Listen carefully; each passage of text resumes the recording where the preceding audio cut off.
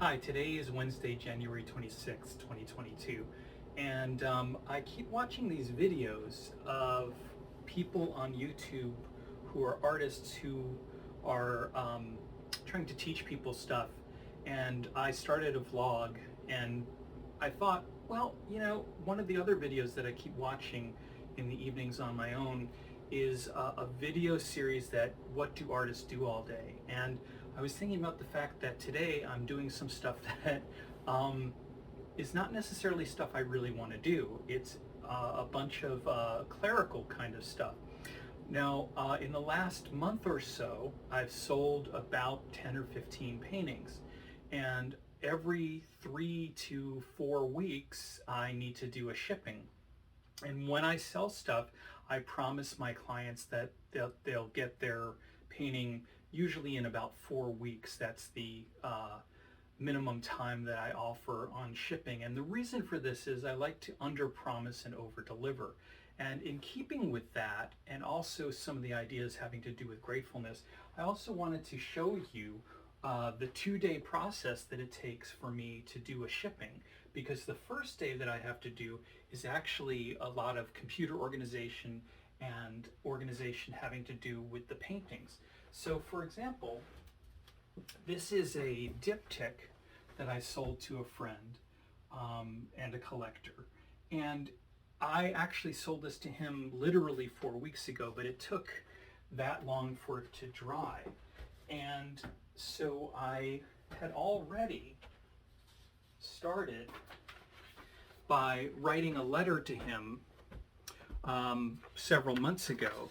And what I like to do with my clients and my collectors is I like to write them a long description or a long letter about what the painting is about, what the painting means to me, some things about the painting that I'd like for them to see, and also a lot of thank you stuff. And sometimes, well, almost always, I like to connect with my clients and my collectors by telling them a little bit about what is going on in my own life, because I want to be friends with people who are buying my work, and I want to be able to have an ongoing relationship with them.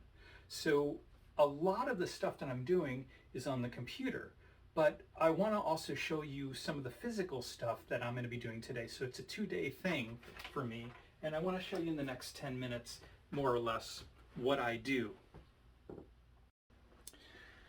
So one of the first things I have to do is actually get the paintings out of the painting racks that I have. And I am going to make a little video about this at some point, but basically the way that I make these paintings is I use what's called canvas panel. And the canvas panels I get often are from Blick. Let me see if I can get one that has their thing on it. And I order them in bulk from Blick, and I order them standard sizes so that I can buy boxes that match, and it'll be easier for me to ship.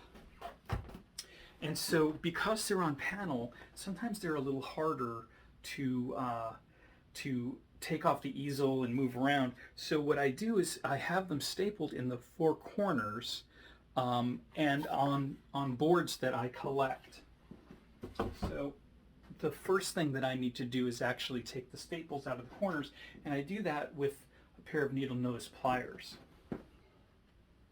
Now the first thing about when I staple these onto the panels, I actually need to make sure that I don't damage the panel when I'm stapling them, so the staples actually overlap the corners.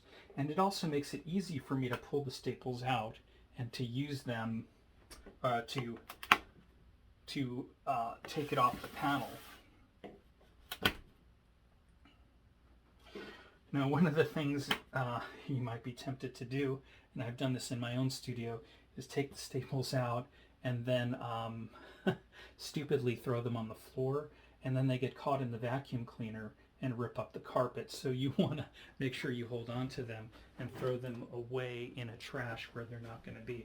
And so after I've taken it off the panel, you can see that the corners, this would go usually under a frame, so it's not going to matter and it's a minimal amount of damage on the painting.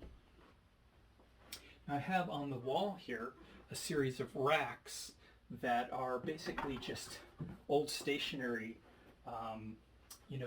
dividers, and I put screws in them to hold them onto the wall and just sort of stretch them in between.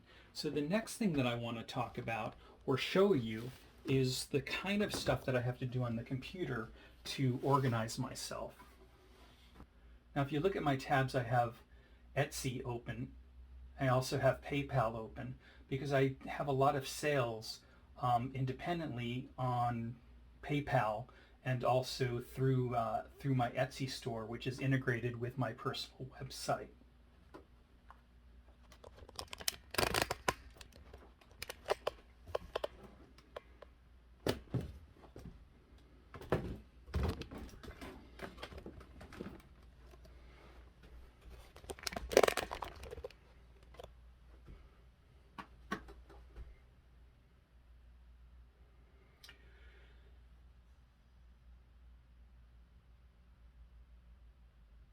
So the first thing that I want to talk about is organizing myself in terms of how I do stuff on the web and on my computer. And so I have all the folders that I'm using also open, and I also have Microsoft Word open, and I just wanted to show you some of the things that I do in order to organize myself. So every time I sell a painting, the first thing that I do is I actually move the painting into this folder that's usually with the year posted on it, okay? And so I will either download it or move it from the folder that I have that is the folder with all the stock in it. And then the next thing that I'll do is, if I don't already have it labeled, I will relabel it or type the title. In this case, it's Snowbound. It's 12 by 16 inches. Oil on canvas panel. And then I also talk about the collection that it's in, or the person who's the collector who bought it. In this case, it's my friend David.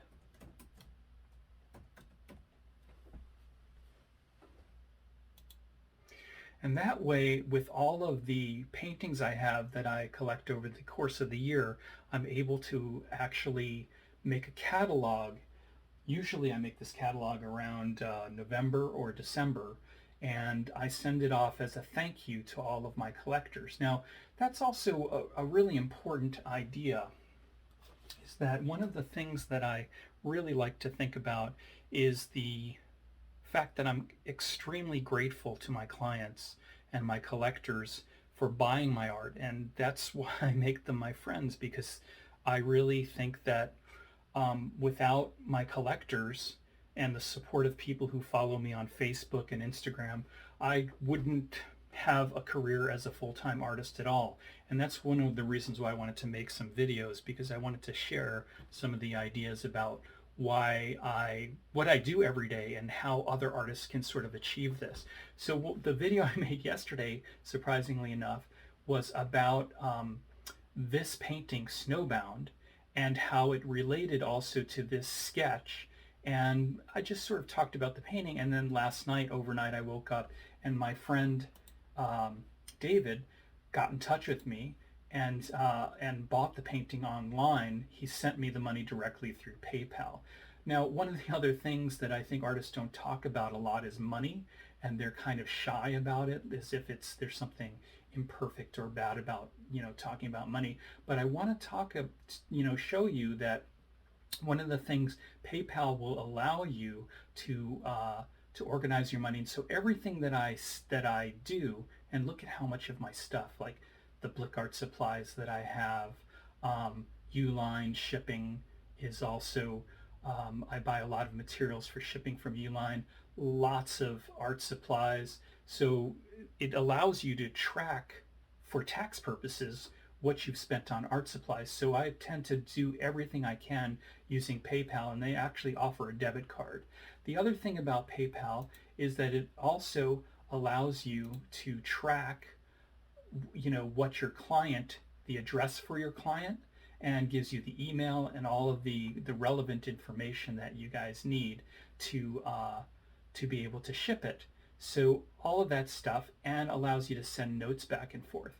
The same thing is true with Etsy, and Etsy allows me to actually literally track the dates when things are due, when I'm supposed to ship them by. So a lot of these things I have to start getting started on and collect them up and start working with them.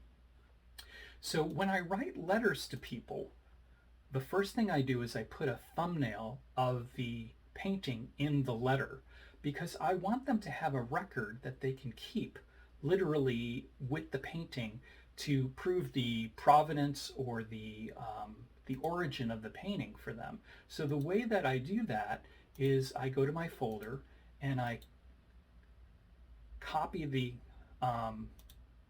painting, and then I go to a blank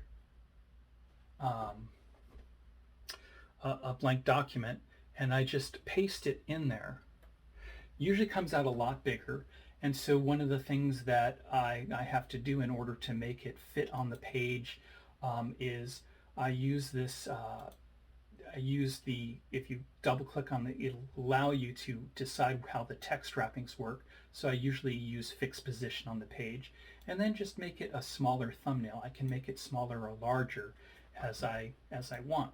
Now the next thing that I'll do is I'll go back to, in this instance, it'll be PayPal, and I'll grab that client's address,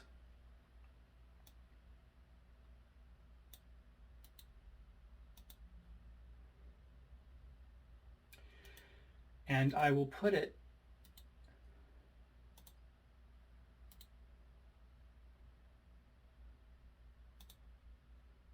in the letter.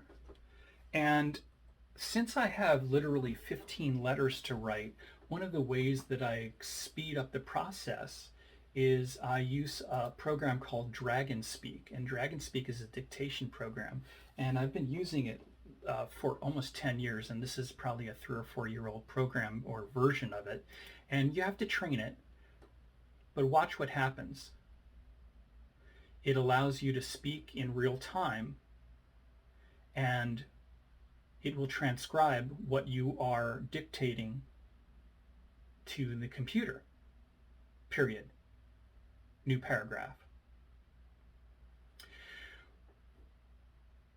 Once I've done this, once I've started a letter, then the next thing I do is I save it to a folder that I have, and I'll go to File and Save As, and I'll go to the folder that I have all of my documents in, and this is the Art Career folder, and I will click on an older version, so I get a title, this is the last time I did a shipping was 12/20, and then I'm going to just change the date to today's date, 1/26/22,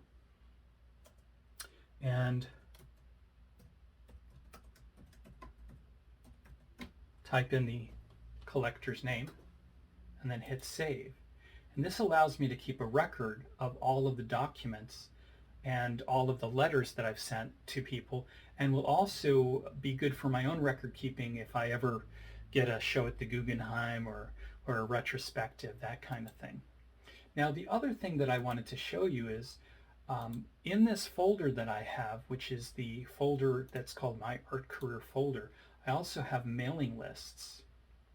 And this is literally just a text document that it contains every email address of every collector who's ever gotten in touch with me, but only the ones who have bought things. I don't just spam people because I think it's kind of rude.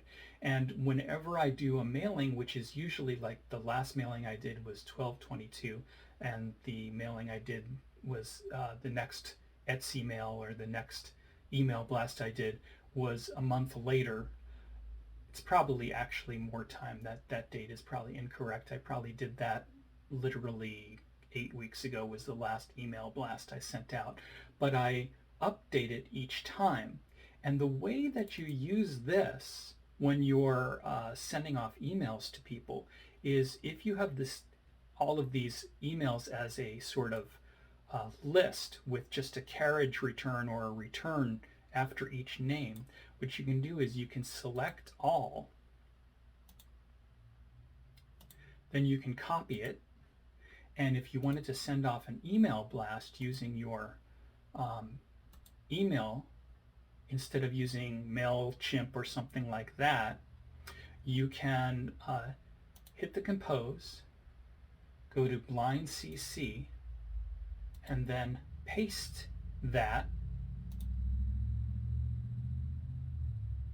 and it puts it all in as a blind CC so other people can't see your list.